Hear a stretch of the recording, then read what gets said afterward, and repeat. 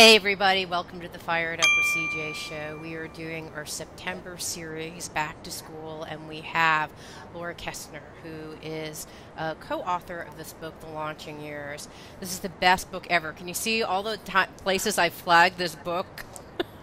It's fantastic, and it talks all about the junior, senior, and college years and how to launch your new adult into I guess leaving the nest, flying off the nest. So thank you, Dr. Kestner, for being here.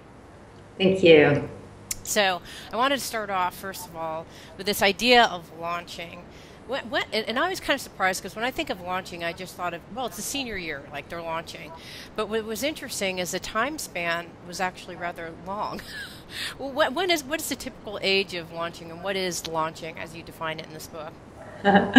Well, in one way, they're launching from 6th grade on because they start being adolescents. They go through puberty. They're transitioning to the adolescent identity formation years and starting to be more self-governors of themselves. And then, of course, launching to college or launching to independent living starts usually in our culture at about age 18, although I have a quibble with that. One size fits all parenting really doesn't fit. Yeah. But adulthood, we have this new term called emerging adulthood, because really the transition to adulthood lasts from about 18 to 25. That might sound a little late, but actually that's the age at which most young people are assuming responsibility for themselves. They have a new reference group for intimacy and connection and first line of support, and of course commitment to career and or marriage.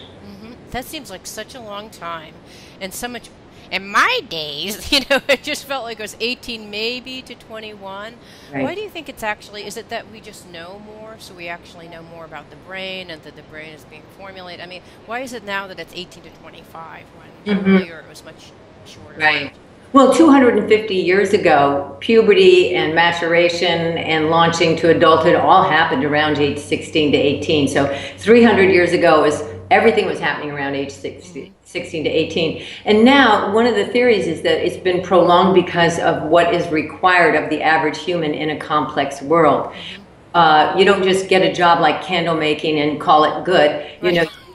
You work in a company, you need to be a leader, a follower, get along well with others, to be successful in a marriage that might last 50 years, not 10 years. 300 years ago, who knows how long you live. You need to be successful at intimacy and a long-lasting relationship. So the specialization and complexity of the work life is probably a big part of it, as well as the social and emotional demands. And a bunch of environmental things, right, where it wasn't the case. It was the case when I was younger that I could get out, get a job, and then pay for myself. I could pay rent. Nowadays, it's not even possible for a lot of young people who do have a job to even do that. So probably a lot of environmental factors too, because I think that's one of the hardest things for people of my generation to go, well, I thought you were out of the house. Why are you coming back?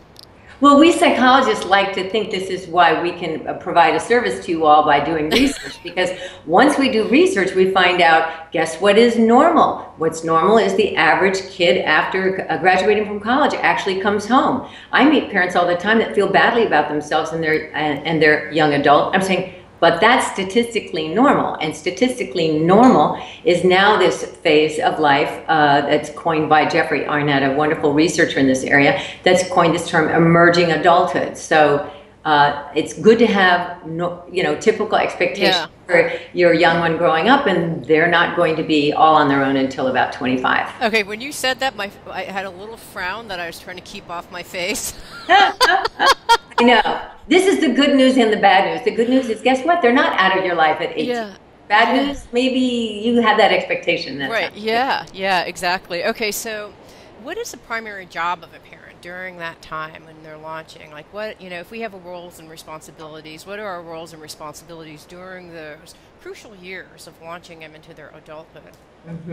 Well, one of my more recent books is called Wise Minding Parenting, and I refer to the 7 essentials of raising successful teens and tweens. And I think of it as 7 components. One would be our responsibility is to support a secure attachment, otherwise known as close, connected, affectionate, reliable, attuned. So if we don't have that close connection with them, we can't do the rest of the work. The other work is developing their self-control, helping support the development of their academic strengths, their social thriving, their emotional flourishing, their strong character traits, and then, of course, physical health, which includes everything from sleep to technology control, good nutrition, and technology that they need to be able to handle and be able to self-govern on as well, because, as you know, these days that can get way out of whack with academics. Yeah, yeah.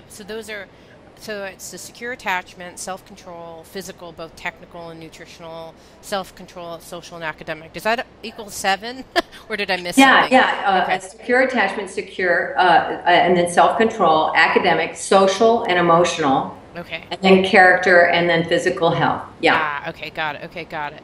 So those are the things that's kind of what, and I think what's so interesting that you point out in your book, The Launching Years, is that you spell out the differences between junior year and senior year in college, and they're really quite dramatic. I actually had no idea the nuances between those years. And so what I thought we would do is kind of look into each year, because I think it's so different that it warrants a conversation, because a parent will be kind of doing different things during those years. So if you It means so much to me that you're listening to the show. Would love your support in any way by giving me comments below, or to subscribe to the show, or share the show with friends. Thank you again for your support. Love and blessings.